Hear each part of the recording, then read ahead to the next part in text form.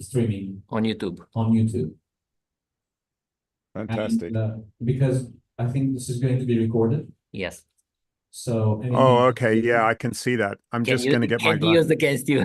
Yeah, anything you say could or might be used against you. Yeah, well, I'm going to have to be very careful. You know, I grew up in South Africa, so I'm used to people listening in. Oh, can't wait to ask you about that. If you don't mind, I would like to start with a short bio, so that our guests know. Yeah, well, I'm going to have to be very careful. Let's let them know. Just a I moment. grew up in South Africa, so I'm used to Can't wait. Hai să vedem că aici e o problemă, să vedem de unde vine sunetul. Suntem reluare. Da, păi ești în eloare pentru că acum trebuie să vedem. Ia vorbește, zi ceva. Right. Can you hear me, Jack? I can hear you, and that wasn't me, of course. That was my recording.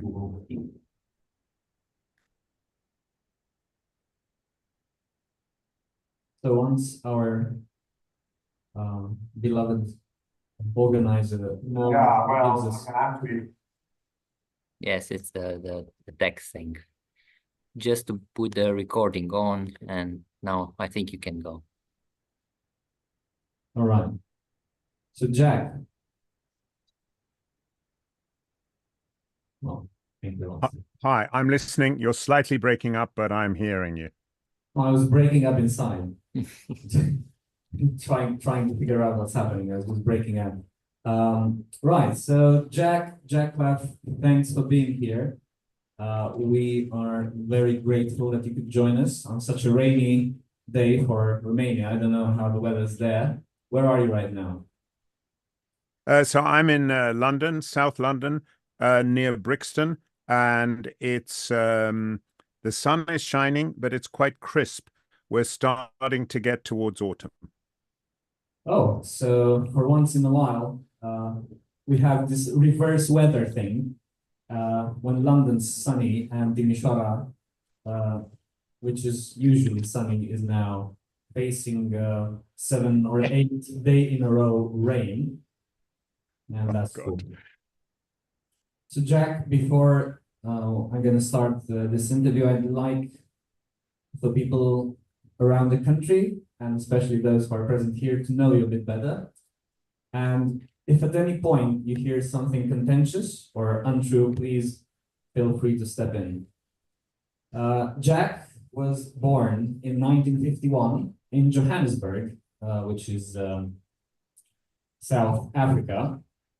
He is famous to us science fiction fans for his brief but concise appearance in Star Wars, or as modern people like to call it, Star Wars: A New Hope. And he starred as Red 4, pilot of the rebellion, bent on destroying the Death Star. But as I found out, Jack has played in many movies and TV series. Some of the notable ones, which I found interesting, were The Hunchback of Notre Dame, Vanity Fair, Chernobyl, an episode, I think that might have been a documentary, but please correct me if it's not. Ivanhoe, his latest appearance was in The English, which I think was just one episode in 2022. He's also played the voice of Orson Welles in a piece called The Eyes of Orson Welles. And he's done some science-based things too. I think some of these are documentaries, might not be. For Your Eyes Only, Space 1999, and Red Dwarf. He's also starred in a radio drama series during 1984 to 1987, a BBC radio drama called Delve Special, in which the main protagonist was Stephen Fry. We all know Stephen Fry, of course. And I think very interesting is that Jack is also a provider of knowledge, let's call it like that. He had a professorship at Princeton University in the United States and also at Star Lab, which is a Brussels, a Belgium-based educational facility, where he has been spreading the good word of science. Am I going the right direction, Jack? Pretty good, pretty damn good. I mean, you know, in 5 months' time, that would all have been written by some artificial intelligence system. So I'm proud of you for having done the research. Yeah. I'm assuming you did the research. I'm assuming you didn't go through. No, I don't particularly use AI right now. I like the old-fashioned way. And I found a quote by you, which is really fun because you know, you have a Wikipedia page. And on the Wikipedia page, there's a quote which I think is quite interesting about Star Wars. And you said there's two things about Star Wars that are really very powerful. One was technology. A lot of it was new. And I think you mean at that initial moment when George Lucas released the first instance of Star Wars. And secondly, the storytelling was based on Joseph Campbell. And obviously the structure of the movie was myth-based. And I think those two things best encapsulate what Star Wars is about. Do you still hold to that view? Yeah, I mean, I can't remember where I said that, but it's absolutely true. It so happened that I did a tour of America not so long ago, and we started in White Plains, which is a little town about 20, 25, 30 minutes by train from New York itself. And that's where Joseph Campbell lived. I mean, he was a strange man, politically all over the place, I suppose, but it's absolutely true that George Lucas utilized the basic structure of myth that Joseph Campbell had found and codified. I mean, he must have, I don't know how many myths he read, but you know, if you ever hear someone say, "Oh, you know, Star Wars, it's religious," in a way, the myth structure goes really, really deep. And so I think it was. I think it was a huge. It's become a huge factor in the success of Star Wars. The structure of the myth, you know, the hero, the protagonist, being in the ordinary world, getting a call, resisting the call, taking the call, going, crossing the threshold, doing the things, fighting the battles, ending the battles, bringing back good things for humankind and the resolution. That's the first thing. The second thing, of course, Darth Vader. Anyone who speaks any kind of Teutonic language, I happen to speak Dutch and Afrikaans. Vader, V-A-D-E-R, means father. We could have told that from the beginning. So Darth Vader is a beautifully named word. And of course, that goes to the heart of Greek myths and Oedipus. So that's true. And then there was the technology as well. I mean, I can remember I went straight from Star Wars to doing Shakespeare. It's, you know, an actor's life. Oh, And when I was at Stratford, of course, Shakespeare's stories are absolutely redolent with myth and so on. Well, you know, people would come up to me after the show and say, "I love Shakespeare. I've seen Star Wars, you know, 18 times, 20 times." I once said to someone, I got a letter to the effect that this person had seen Star Wars 89 times, even in the 70s. And the person I told said, "Ah, a baby. I've seen it much more than that." And I'll just add one other thing. The 70s was a time of drugs, and there were some people who were taking, you know, marijuana in or smoking some joints or spliffs or whatever people call them now, and going in and watching the movie. So, you know, it was made for success in a range of ways, although not everyone thought it was going to be a success. Mark Hamill thought the dialogue was terrible. A lot of the actors thought it was weird. Alec Guinness didn't get a big fee, but he did ask for a share, which was very canny because he made millions. he did. But Although anyway, he didn't like the movie, by the way. He's famous for saying he thought it was a something, you know, like a B movie. And in a way, it kind of was. He was good. Harrison Ford has the rare gift of being really good, having a fantastic presence, and having a sense of humor as well. I mean, we now know that it is successful, and in retrospect, we can see why. Yeah. I just want to Yeah. correct something. So sorry, though. I just want to correct something. That my date of birth is wrong. I never give out my actual date of birth because in Britain, I don't know what it's like in Romania, but here your date of birth is a means of identifying you for medical stuff and indeed for money. So if you've got a credit card or something, you give your date of birth. Well, I'm not going to give that out to just anyone. So as a matter of fact, I'm a tiny bit older than that, if No. anything. Well, if anything, you Sorry. look quite a bit younger than that anyway. You've Okay, got them you there. flatterer. You've got them there. They're going to be screaming and scratching. I've got him there. Yeah, yeah. Jack, I'm about to ask a controversial question, but I have to ask it. And it's Is it what my pronouns are? no, not about your pronouns. So please follow me. It's gonna have a little bit of a presentation of an idea, and then it's gonna turn into a question. So I think you're more than aware, and more than most of us here in Romania, that Star Wars in time has become somewhat of a phenomenon, and some people might call it like a cult. Now, would you agree that in some ways it almost behaves as its own thing, like a cult? Oh yes, I mean, it really depends. This is a very interesting question because of what happened yesterday. So just let me answer it in the following way. There's no doubt. I mean, there is a Jedi religion. I mean, you're aware of that, right? Yes. So there are people who sort of have the Jedi thing. That's the one thing. The other thing is that there's an awful who follow Star Wars for a wide range of reasons.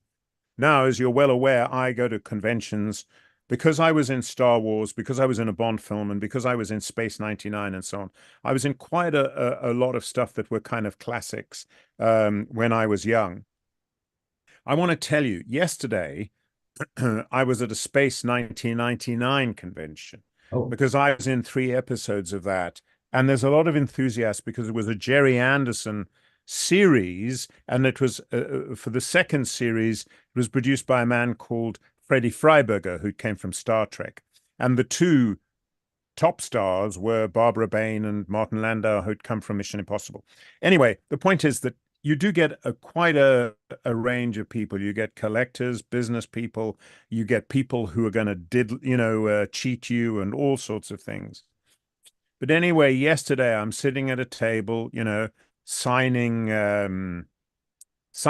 photographs, and I had a couple of discussions just like this one. But somebody came to my desk as close to me as that screen is now, and she started to me, and she's one of our major BBC correspondents. She's an arts correspondent. She's a journalist, top Oxford person. She actually won a quiz program called Mastermind here twice. She was champion of champions on Mastermind here, which is a quiz show. And the second time when she won champion of champions of Mastermind, her specialist subject was Space 1999. Which she had seen when she was 7 or so. So there's a range of people. There's people who are a bit nerdy. There's people who are on the spectrum. They may be autistic. They may have Asperger's. There's all sorts of people who watch these things, and they watch them in their millions. Space 1999 was shown in Britain in the morning, and we still had a lot of people who absolutely love that series. And of course you have your Trekkies, and of course you have your Star Wars people. I mean, people come and they dress up. It's remarkable. I once stood with the costume designer and watched the people walk by. I thought this must be amazing for him that, he sat in his studio and designed these costumes, and now here these people are. I'll just quickly tell you a story because some of our viewers might not know it, but William Shatner was at a Star Trek convention, I think there were 10,000 people there or something. And he walked up and they said, ladies and gentlemen, the captain of the Starship Enterprise, William Shatner. And he came up and he said, ladies and gentlemen, get a life. And, people were completely staggered by this. And then Johnny Carson, who was a big chat show host, had him in the next day. And he said, no, I really meant it. Get a life. And he literally did that gesture. You can't really see the angle, but it was like his two hands at his head. So, yeah, you do get these obsessives. And you get obsessives who are, in every walk of life, people who really love the thing. And I come back to it, the technology, the drugs, and, myths go very deep. That's what they're for. That's what they're for. So is it proper to say that William Shatner, famously playing Kirk in the original series, is trying to bring down his own myth, just like Paul Muad'Dib is doing that in Dune Messiah. He's trying to bring down his own religion and telling all his followers, just like maybe the famous moment when Graham Chapman in Life of Brian is trying to tell them that he's not the Messiah. Yes. Well, there's the two famous jokes. One is, he's not the Messiah. He's a very naughty boy, which in England is, one of the jokes. And the other joke is he says, you're all individuals. And the whole crowd says, yes, we are. Yes, we are. I mean, I think there is, I do believe that there is something to that. But I mean, we're all fans. We all, there's always going to be someone we admire, and I like to think I'm a rational person, but, I'm always impressed. There are people I've met who, I'm really impressed by. And it could be a sports star, it could be a movie star, it could be an actor, it could be an opera singer. There's a lot of reasons why people are swept away. In the 1970s, when I talk about the technology, of course, it's the technology, but it's the fact that it's on a big screen and it's just sweeping you away. You could have a whole argument about it being, about war. Somebody said this to me yesterday, why are we so obsessed with war? Well, it's war, but it's war in the movies, it's conflict. Yeah, the dialogue isn't great, but yeah, it does go very, very deep. And as you say, there is a cult element to it. I think when it comes to being ordinary, it's really important. First of all, you can't really be good on screen if you're, I mean, Charlton Heston was a movie star when I was young. And, he was very posy and he was larger than life. And there's lots of larger than life. Of course, the screen blows people up. But unless the actor is, by the actor or actress, the performer is actually ordinary, people can't identify with the person. That's the one thing. And the second thing is, I'm not internationally known. I've not done, enough telly or enough film or even enough theater for people to have that kind of, where people idolize you. But I've had people from time to time say things, they're a bit wide-eyed, and it's quite uncomfortable. Very often you'll find an actor or an actress will marry someone who doesn't know who they are. Glenda Jackson, for instance, married someone who he hardly knew who she was. He was just a guy who did the lighting. And I'll quickly tell you a story that happened over 3 months. I met a guy from Pink Floyd, Dave Gilmour. I met him at a birthday party of my friend. Dave Gilmour's married to a novelist, and I didn't know who he was. I grew up in South Africa, didn't have television. He said he was a musician. I said, how interesting. And he and I stood and we talked about, he has a boat, I have a boat, he has a mobile home, I have a mobile home, I had a mobile home, and so on. So I literally talked to him about toilets on mobile homes. And then within 2 months, I met Nick Mason, who's the drummer for Pink Floyd. And again, I didn't recognize him. So we just chatted. And people value that, because the screen blows you up. No one can live up to that. And I think it may, you know, people like the wealth and the money and being able to get a nice table at a restaurant, but nobody wants to be regarded as you know, superhuman, because if you have a relationship, that's why, you know, there's so many divorces, I think. From time to time, people don't measure up to what their film image is. And don't forget, actors and actresses say very clever things, but they only say very clever things when they're written, when someone's written them. They don't necessarily say clever things when they don't have a script. Oh yeah. Well, we've seen that. So we've seen a lot of actors saying unclever things recently and costing some big bucks in Hollywood. But that's another story. I would say I would. I don't have the privilege of not knowing who David Gilmour or Nick Mason are because I've been a Floyd fan since I was little, and I could say that I worship them as much as I don't worship Star Wars and I treat it just like a good movie, but I don't have a cult thing for it. I do have a cult thing for Pink Floyd though, because they influenced my whole upbringing and my musical life. Yeah, but that's different, and I completely understand. And I want to say, at this birthday party, so my friend had a birthday party, and there was a tent there and a tent there. By the way, I've seen him a couple of times since, and he and his very, very, very pretty wife, look her up. They just have their very natural relationship. They have he has a stepson. It's her son who's been a bit of trouble. He's protected them and so on. But just for your benefit, I want to tell you, I was standing at this party, and there was music playing, and Dave Gilmour, he didn't have his guitar, but he was singing along to the music. I was standing next to him, and he was just humming along to the music. I mean, that man's ear and that man's pitch and that man's voice were remarkable. So, you know, he's a very special person. You're quite right to, I mean, worship, okay, that's fine. I mean, he's a very talented person. The music was playing and he was singing along, but there was no effort, and it was just beautiful. And of course, he was absolutely either with the note or harmonizing with the note, and it was fantastic. And Nick Mason was an ordinary person. That's what's so wonderful, you know, I've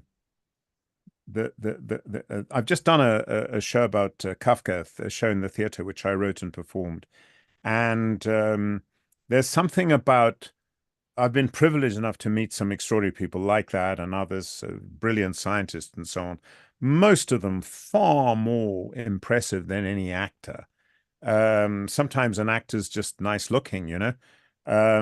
But it's just wonderful, you know. Mick Mason has this crumpled face. He talks about cars, you know, and people want to have an ordinary life. They really do want to have an ordinary life. I promise you, we talked about toilets, and you know, you know, the food that we were eating. You know, they'd have been happy with a hamburger or baked beans or something. You know, people. There's something about, you know, being ordinary and then at the same time creating something special. Well, you know, you don't get gifts like Dave. Just that experience of listening to him sing along with the music was completely remarkable to me. You know, it was late at night. It was a birthday party of a friend of ours. We were a little bit drunk, and he was just singing along. But absolutely, you know, harmonizing, just instinctive.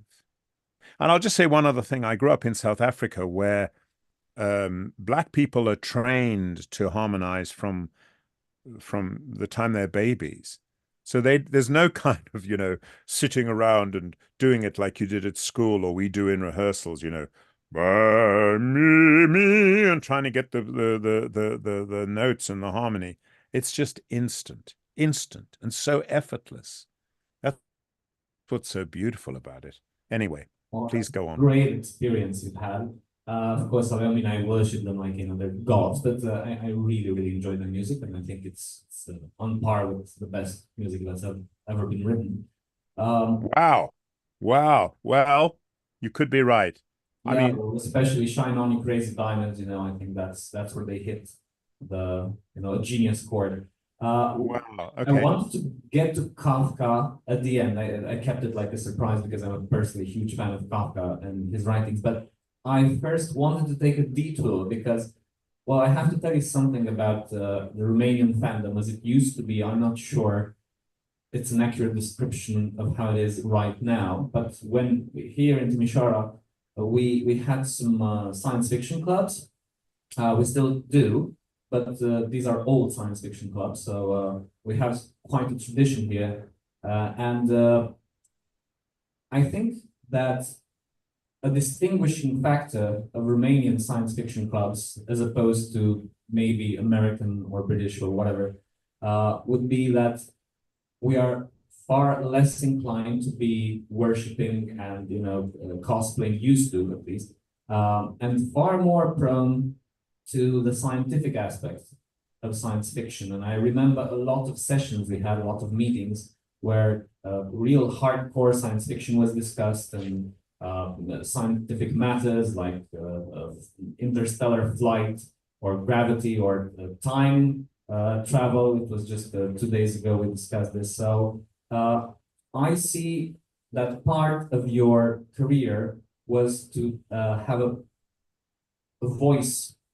regarding science at Princeton and Starlab. And I think that is so important. And I would like you to tell us more about how you were involved there as a professor.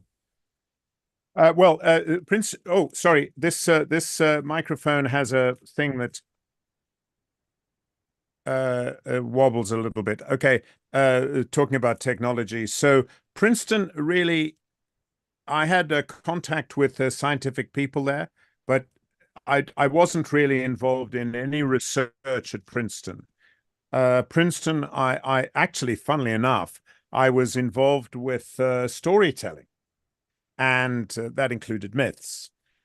But the phenomenon which I'm sure you have of verse, not just poetry, but verse in drama. So this is really quite an interesting kind of tying up of story. I wrote a book about quantum mechanics, and it was a humorous book, and somebody read it. He ran a think tank, a laboratory in Brussels, and he invited me to come and be an explainer of science in Brussels. So that's where it happened. That's where I was the professor for the public understanding of science. I did have connections in Princeton while I was at the lab, and I went to Princeton while I was at the lab, and I met with mathematicians and scientists, but I didn't teach science at Princeton. But there was a series called Space 1999. It Yes. was a futuristic series that I did in the 1970s. When I entered the think tank in Brussels, I entered it during the year 1999. So that's it's just a nice bit of storytelling. And my job there was to explain, I did it A, B, C, and D, atoms, bytes, cells, and days. The effect of matter, the effect of artificial intelligence and anything to do with computers, and cells, everything to do with life, and then days, how time is affected. I should mention that I worked very closely with a time travel expert from Russia, Sergei Krasnikov. He's just died like in the last few months. A very dear friend of mine and one of the most intelligent people I've ever known. But I should mention, just because for the sake of your viewers and you, my father had a watchmaking business in Johannesburg, South Africa, where I grew up. And in the early 1960s, my father fixed Nelson Mandela's watch. And that was before Mandela went to Robben Island. So during his 27-year-long sentence, he counted up the seconds, minutes, hours, days, weeks, months, and years and decades of his sentence on a watch that my father fixed. And, you know, while I was at the lab, one of the scientists said, "Oh, no wonder the revolution took so long." But the point is that things change. You know, I never thought that there'd be perestroika or glasnost. I never thought that Mandela would be released. Actually, it all happened around 88, 89, and 1990 and 91. All of that happened, and it was all to do with the passage of time. Other things too, but time, you know, time really does change things. And as I say, I worked very closely with a guy who never wanted to talk about time travel. He always wanted to talk about causality. In other words, what happens when you have tiny, tiny particles that are smaller than atoms? Very often you can see an effect and then a cause. And so that's what they're trying to puzzle out, is how that occurred. And the way I explain it is, if you take the English word sequence and you take the English word consequence, then it's always the case that you have a cause and then an effect. And that's how storytelling works. You have a cause and then you have an effect. You have a build-up and then you have a Star Wars or whatever. So Sergei Krasnikov, who was my Russian friend, never wanted to talk about time travel. He wanted to talk about causality. In any case, on the one hand, with my science life, there's this idea of causality and time, and whether we can go back in time or how we view time. Right now, they say that now, the notion of now is 12 seconds. And, you know, everything is coming together at this moment. You talked about my birthday. Everything that I've lived allows me to talk to you in this way right now, even though my birthday has been recorded wrong. Anyway, and by the way, there's one other issue, which is I don't want to talk for too long a time. Okay, so let me stop you right there and ask you a different question. Well, of course, one of the things that one of the reasons, if you talk about causality, for us being able to have this conversation in the first place is the perestroika you mentioned. Without perestroika, glasnost, and the following Eastern Bloc revolutions, there would have been no bridge between East and West of Europe. So yeah, that's a good causality that helped us build bridges again between the two sides of the divide. And I never knew you were so directly connected to Nelson Mandela's timekeeping abilities. That's amazing. Now, yeah, and let me just quickly tell you, really quickly, because I know I've been talking at length. When I was at the lab, one of, you know, in science, in physics, there are experimentalists and there are theoretical people. And the experimentalists do some of the work, and the theoretics guys use, you know, paper and pen and calculations. So one of my friends at that time was Sorin Lazarescu, who was a Romanian experimental physicist. I want to tell you, he was one of the top guys at the lab in experiment, and showed me images of atoms. I mean, you can't really see them, but scanned images of traces of atoms.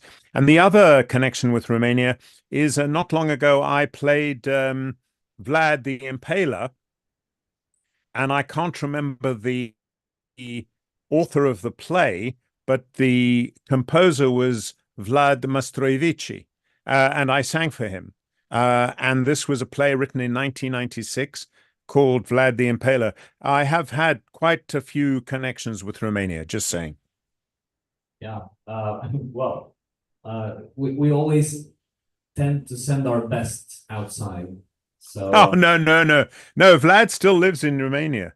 thank God. Yeah, at least one. Mastroivici, his name is, yeah. Mastroievich. All right. All right. Okay, Mastroievich. Sorry, Mastroievich, yeah. Don't try. I mean, look, we've got it. So yeah, since this was not turned into a movie, obviously it's harder for us to have known about it because the play was not featured in our theaters, you must know. At least not in Timișoara. Of course. Yeah. No, I'll tell you one other thing about that play.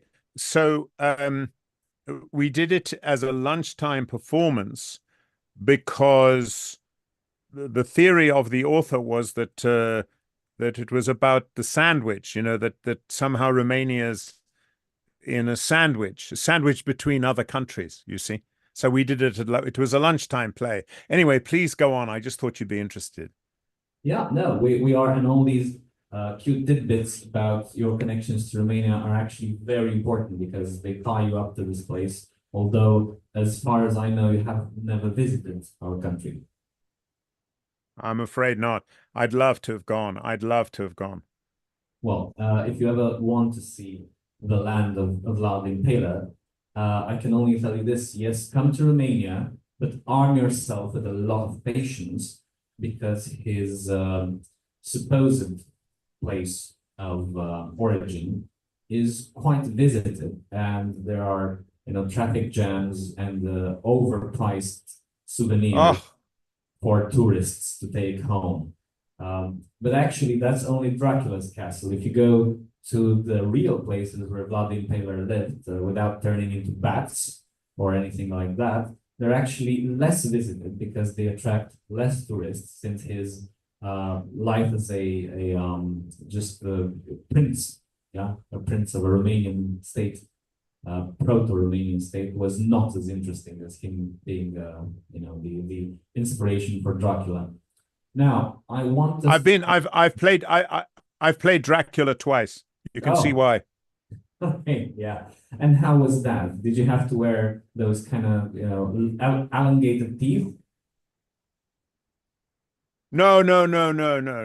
I mean, I do have a deep voice, and I knew Christopher Lee, actually. No, it was for the theater. It was really rather interesting production. The most recent one.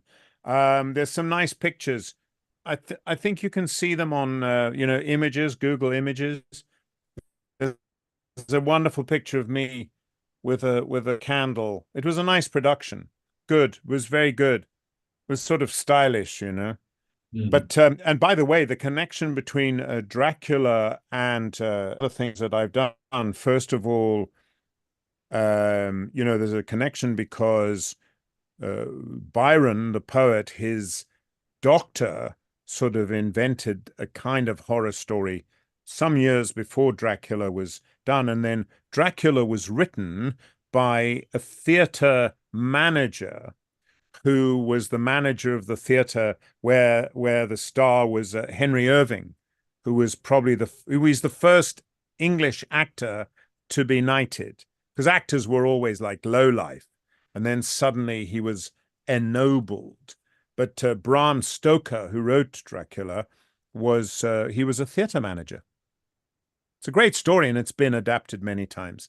Anyway, enough of that. I'm ready for your next question. Going all over the place, and I'm trying to be as brief as I can now. It's the best way to have a conversation. I think liberal democratic conversation beats any authoritarian imposed question conversation, in my view. But I was just because I was trying to lead you towards Kafka, but before we get there, I think I have to know, like, a prep question for that is, during your last let's say decade as an actor, have you done more theater or cinema? I really, the kind of cinema I've been doing, you know, I was in Star Wars and a Bond film, and then I did arty films. I did a film for Paramount called King David, where I was Richard Gere's best friend, you know, that kind of thing. But the films I've been doing recently have been experimental, arty, different. Television, the same, except for the English, which was with Emily Blunt, you know, that was quite mainstream. And theatre. You know, I spent a lot of time in this study, writing, making my own work. Last decade, it's varied, but I haven't really been a mainstream person. I work a lot in radio. You know this. You know this. If Yes. anyone knows this, you know that I work. So I work in radio drama, some publishing, some journalism, some other things. Um, and yeah, quite a lot of theatre, Shakespeare, of course, and some television and any film work. Even now, you know, I'm due to do a film that has to do with AI, but it's not mainstream. Every now and then I get invited to do slightly more mainstream things. A lot of the time they don't have the money or it falls through. And so, I mean, to sum up, I would say radio and theatre, television and art, like independent art films. I haven't Okay. done a sort of, you know, those even when I was doing, you know, Star Wars and things like that. I was in a film called 1871, which was about the Commune in Paris, and so on. So I've done a lot of kind of arty films that, you know, your viewers might not have seen, but you know, I can't complain about my life. And then every now and then, you know, I have worked with John Voight, Richard Gere, Emily Blunt. I did a sitcom with someone called Anne Bancroft, who had been a big movie star. She was married to Mel Brooks. I played her third husband. I've been lucky. I've worked with a lot of people, but it's, I would say, predominantly theater. Then, I mean, I've probably been in 300 television things, but I'm not sure that your audience would have seen them, except as you say, you know, Poirot, Sherlock Holmes, that kind of thing. Right. Well, we can all agree there's a multitude of things now. The media has gone so beyond our capacity to consume even bits of it. So I guess it all comes down to addressing your niche. And since we're talking about addressing your niche, meaning your pack of loyal followers or people who admire you or who are very interested in one subject. I, for instance, and I think I can speak for most of the people here, I'm a huge fan of Kafka and his work, the Jewish Czech writer who is a German writer by any, he wrote in German, so he's very from all over the place like that, and with a very interesting life, and probably one of the best writers that have ever lived. And what's your take on that? Could you please shortly describe to us what your play is about and what you're trying to do with it and how you are addressing Kafka in what manner? Well, the first and most important thing is that Franz Kafka died in 1924. So he died 100 years ago. So the first thing was to commemorate his passing. The second thing is that I first did this work to commemorate the 100th anniversary of his birth. So the centenary of his birth was in 1983, and a man at a literary festival said to me, "You should do something about Kafka." And he said, "Come and do a couple of stories." He was worried because, I hate to tell you this is a terrible thing to say to someone from your background, but this man was a Marxist, and 1983 was the 100th anniversary of Marx's death. And he was worried that he was doing too much about Marx. I'm very sorry about that. But we have communists here. You know, we had communists in South Africa, and they were against the regime. So that's, as they say in France, les extrêmes ça touche. But anyway, shortly after he invited me to this festival, we didn't have the internet then, so I went to the library and I started to find out about Kafka, and I discovered that he loved the theater, a certain kind of theater, but he loved the theater. He especially loved a certain kind of solo performance, and he produced his friend as in a series of solo performances. So that was my way in. I narrate the show mainly as an actor who was Kafka's friend. That's the first thing. The second thing is that in Kafka, you have before you the modern human mind. He knows that there's no God. He knows there must be God. And he understands everything to do with human beings and the struggles and the alienation. And he also understands, as we all do, the struggle between intimacy and solitude. So all of those things build up to painting a picture along with an extraordinary sense of humor, an extraordinary sense of how the world is. And even though he was intensely personal, I do have a line which actually we use in South Africa, and I've heard people use in Russia, and you may as well hear it in Romania. Somebody once said to me, Franz Kafka was not a writer of fiction. He was a reporter of genius. And then the person said, we live only to prove Franz Kafka right. Yeah. So my take on it, it's 90 minutes and it's a view. His favorite opening line in fiction was from Thomas Mann. Thomas Mann wrote a story called Ein Glück. In English, it's a gleam or a piece of good luck. And it begins like this, and that'll be the end of my Kafka story. It begins, shh, shh, shh, hush, you know, shh. Let us look into a human soul. On the wing, as it were, and only in passing, only for 90 minutes or so, only for a page or so, because we're very busy. So that's the structure of the piece. And it's a tribute, as you say, to a very great writer who he was afraid. He wanted his works to be destroyed, but it's my contention that he wanted his works to be published. And his great friend, Max Brod, made sure that he was a world figure, and he is. Yes, we know that story. And by the way, he's not the only writer that wanted to have his works destroyed and was denied by some well-inspired friends.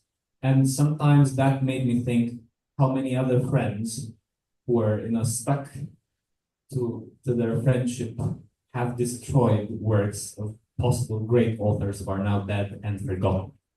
That's also. Oh, goodness me. So, tell me about other authors. That's really interesting. I didn't know that. I will compound a list and send it to you because, like, Wow. The first great example, I think he's the best example since he's the first, was Virgin.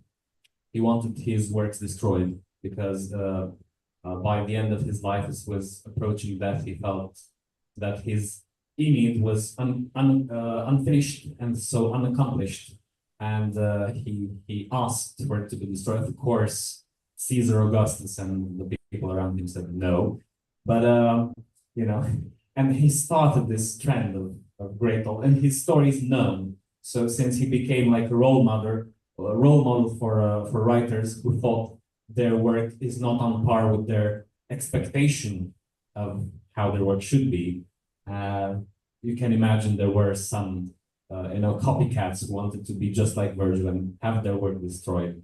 I don't know. It might be just an infatuation, or it might be a real wish. I have no idea because I haven't known any of them. And I don't mean in the company of good writers, but not great. So I'll briefly tell you that I have a speech by Brod, and Brod says, first of all, he told me to destroy everything, including his letters, unread. And how was I to know? He said, he wrote it to me in a letter that I wasn't supposed to read. And secondly, you and all of us, my audience, all the readers, nobody would know about this unless Brod had told us. He told us that Kafka had asked for the stuff to be burned. So I think Brod has had some bad press, and in the end, because Kafka was so shy, and he would very often hand over work and say this isn't very good. You know, I think there's a strong argument for what Brod did.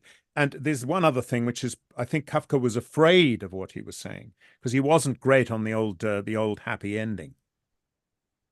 Yeah, he died young. Well, thanks so much, Jack, for all your input. I would like now to have some questions from the audience. Of course. If anybody feels like asking Jack a question, you can ask it in English or I can translate it. It's fine either way. Yeah.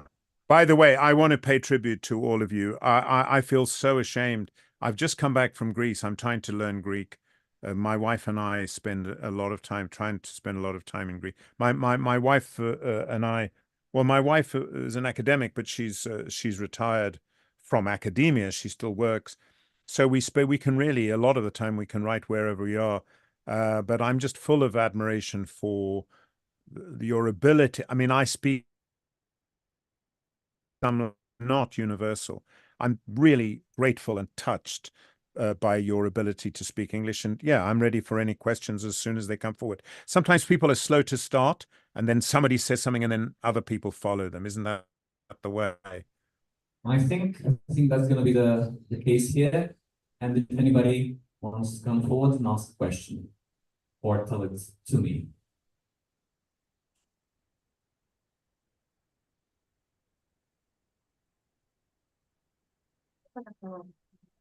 Doar pentru actor sau am fi regizat sau am avut ocazia să scrie scenarii sau... Nu vrei acum, dar nu... Puteam spus în engleză, spune tu. Okay, so an audience member asked me if you have also directed plays or TV series or movies. No. I've done a very, very tiny bit of directing for the screen, for film, some video. A lot of the video work that I've done has been also documentaries. I work very closely with a documentary maker, one of our top documentary makers. So some of my work has a documentary feel when it's also fiction. And I've worked very closely. To give you one example, right here we have the computer mouse. There was a visionary called Douglas Engelbart.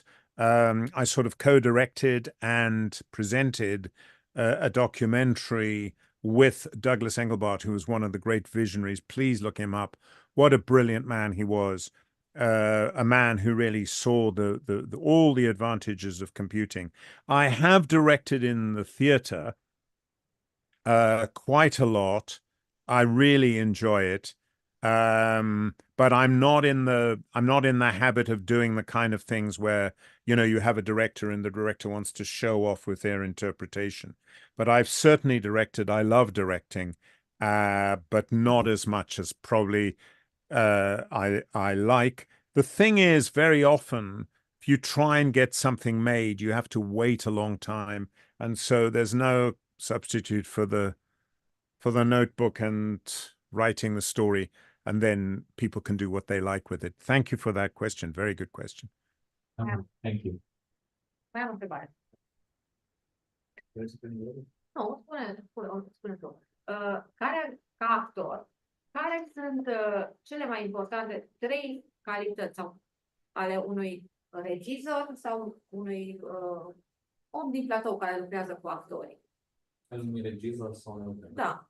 All right, so the next question from definitely a different member of the audience is what do you think are the 3 most important qualities that a director or somebody who works with actors should have? Gosh, what an interesting question. You know, I very often say this, but I haven't said it publicly ever. The thing about being an actor is that you see so many directors, you work with so many directors, and you find their best qualities. So gosh, three. Because there are so many qualities. I think the most important quality that I value, funnily enough, is, I would call it atmosphere. I once worked with a wonderful director here. His name is Peter Gill. He's a playwright. He's very highly thought of here. He's not young. He's in his 80s. And he he understood human beings and he understood how actors were. And so I could take so many of the qualities. He understood that sometimes people fall down, like, in the playground where an actor falls down and they get a sore knee.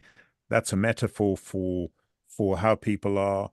So the first thing I would say is creating an environment, an atmosphere in which you can fail, you can feel good, and you can do your best work.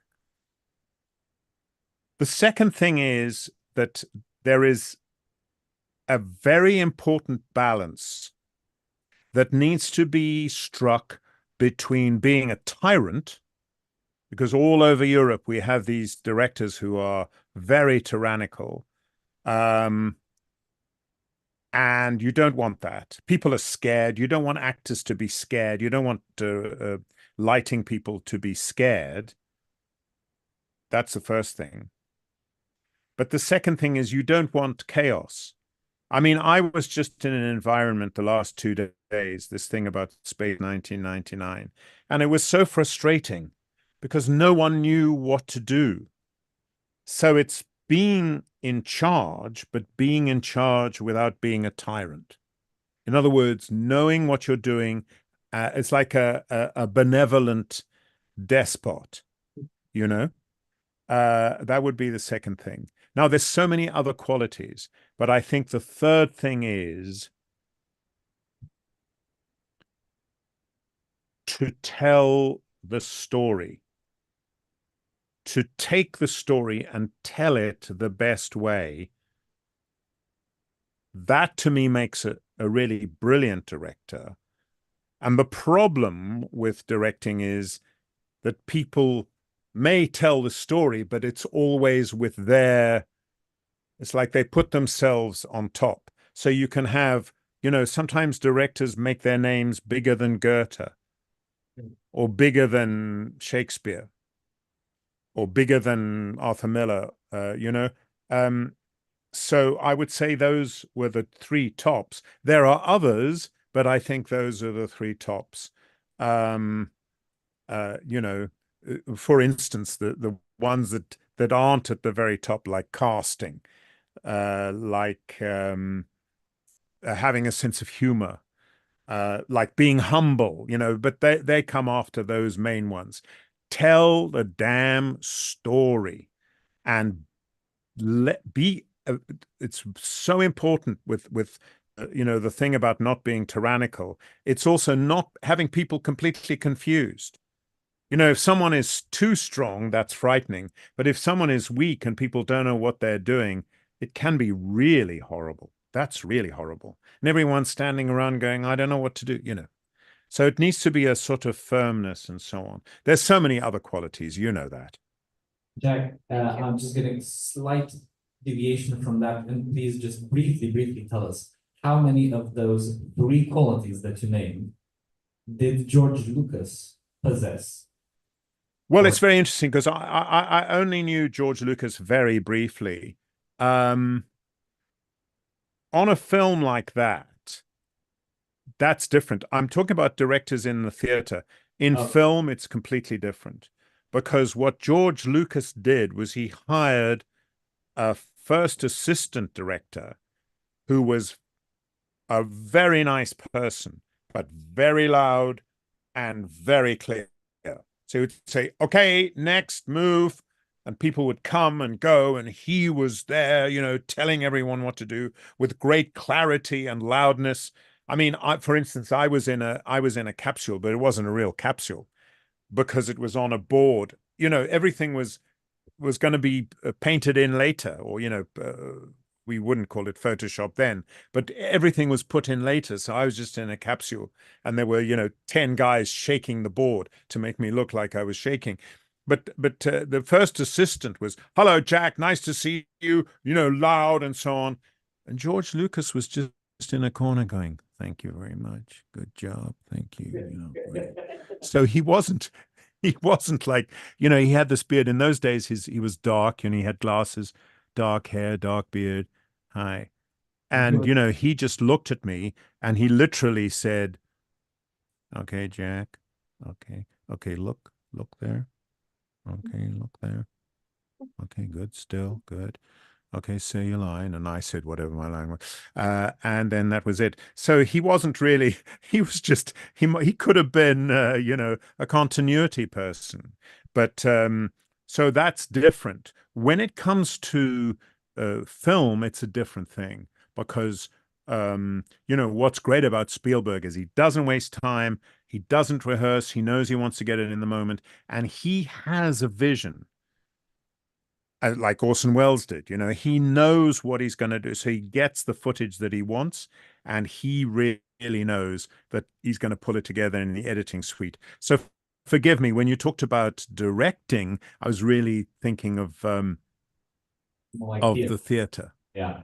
Okay, I think Live we theater, have a yeah. question. Thank you so much for that tangent on George Lucas. Yes. Please recall for us a funny moment from a science fiction film or TV series that you had on the plateau, on the making of the movie, On the set. on the set. Okay, well, I have quite a few funny ones. So the first one is Space 1999, which is the first one I did. So please, I'm going to move back because I don't want to blast the film. So Jerry Anderson was the initial guy of Space 1999, the initial producer, but there was a guy called Freddie Freiberger who took over, and he had done Star Trek, and I was wearing a blazer. Well, I mean, a blazer, it wasn't like it was a jacket, but it had a badge. So that in English is a blazer. It's you can have a blazer in America, but a blazer in England and America and parts of, anyway, it was my university blazer and I had a badge. So he came in and he said, "Hi, nice to meet you. Where's your yacht?" Like I was, some guy with a jacket and a cravat kind of thing. And the casting woman who had said to me, "Stand up straight," and really, And so I was auditioning, but the part I was auditioning for was, a tiny, tiny part of a security guard. And so I literally had a line like, "You can't come in here, Commander." Something like that. "You can't, you better not come in here, Commander." And I had a few other things, but I didn't get to the other things. It literally went like this. I said, "You can't come in here, Commander." Jesus Christ. Jesus. And I thought I'd done something really terrible. I was standing there. I was this young guy. He was this big producer. I mean, he had his legs up he had his feet up on the desk. He didn't have a cigar, but he may as well have had a cigar. And then he looked at me. I thought, God, this has not gone well. This is very early on in my career. And he went, "You said Commander, not Commander. Kid, you got yourself a job." And that's how I got Space in 1999. So that was pretty amusing. With Star Wars, you would be very proud that I went and I sat around for 2 days. No one knew what this film was going to be. everyone said it was a load of old rubbish and the dialogue was terrible.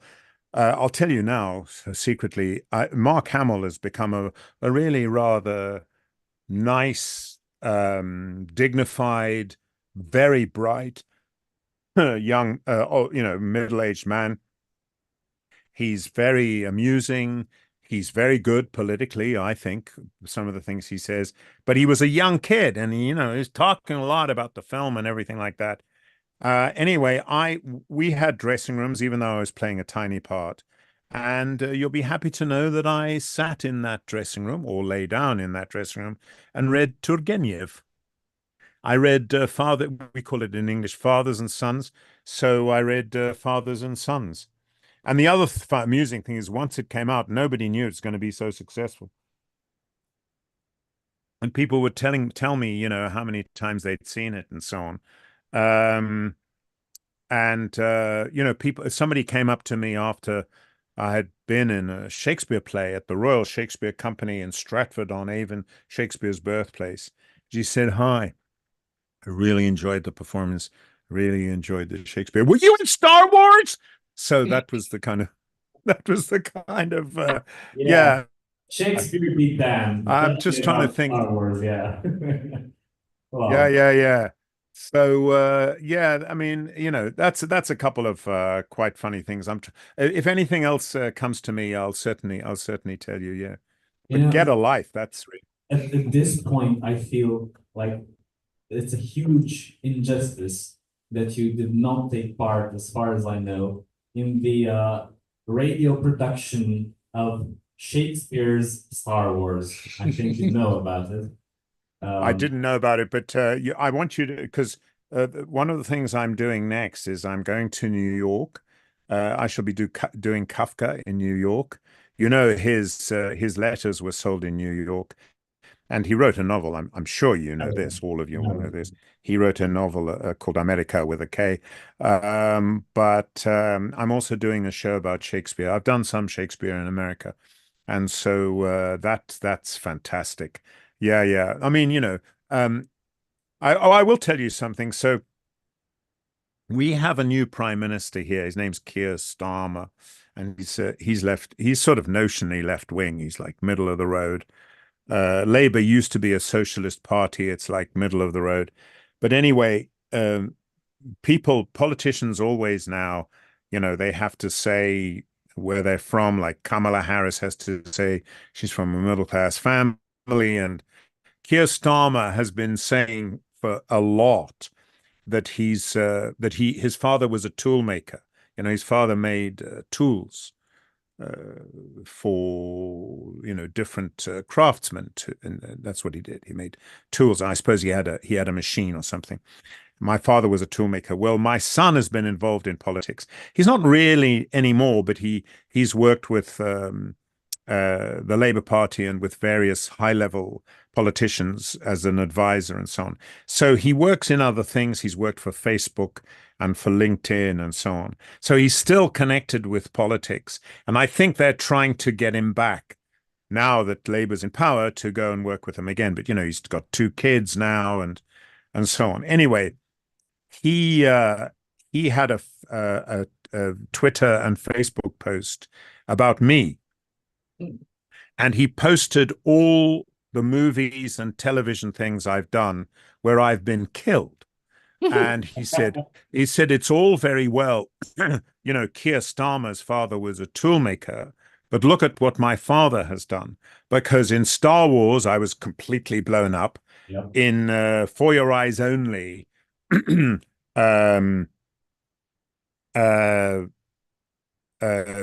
Roger Moore throws a mountain thing, one of those iron things, and he gets me in my heart and I die.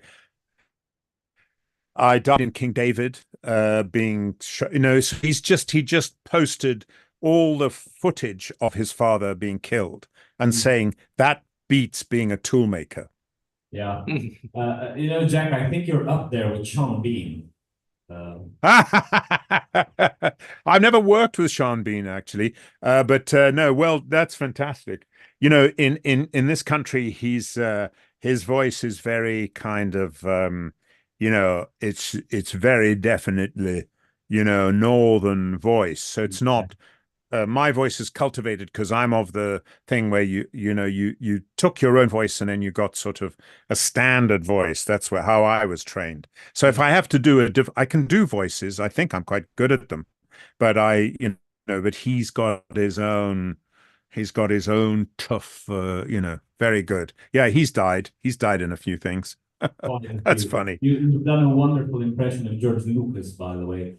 So I think what better subject to end a conversation than death, on screen or otherwise. Thanks for being with us, Jack. We truly appreciate your generosity and your passion for anecdotes, and I think they're all well received here, and for all the fun tidbits that actually few of us know, because those are the trivia that only those who have been working with the greats know. And thanks plenty for being here. I think I speak for all of us. It was a wonderful presence, and I think you had a good time as well. I had a fantastic time, and I wish you all well, and I hope the weather changes. And thank you very much. Bless your hearts. Yeah, I hope the weather gets better, and all the best from a great admirer. I hope one day to get there. As I say, the director, by the way, the director of the Vlad the Impaler did have Romanian connections, and I've also done some readings for the cultural center here, which is very, very active. So if you ever are interested, here in London, there is a Romanian cultural center, which is really, really good. I've had some fantastic shows here. Unfortunately, I can't remember the meals afterwards because there's some traditional Romanian drinks that I have been given, which rendered my memory absolutely null and void. I'm sure you had some tasty palinka and tsuika, maybe some horinka. Yeah, that's right. That's right. All of that. All of that. So, Jack, I'll be seeing you in London. I'll be there next March when Jonathan's hosting the new edition of the Audio Drama Festival. If you drop by, I will be in Canterbury, but I'll be in London as well before that. So until then, have a great autumn and winter, and talk to you soon. And thanks to you all. I haven't been able to see you, but I send you greetings. Bless your heart. Bye-bye now.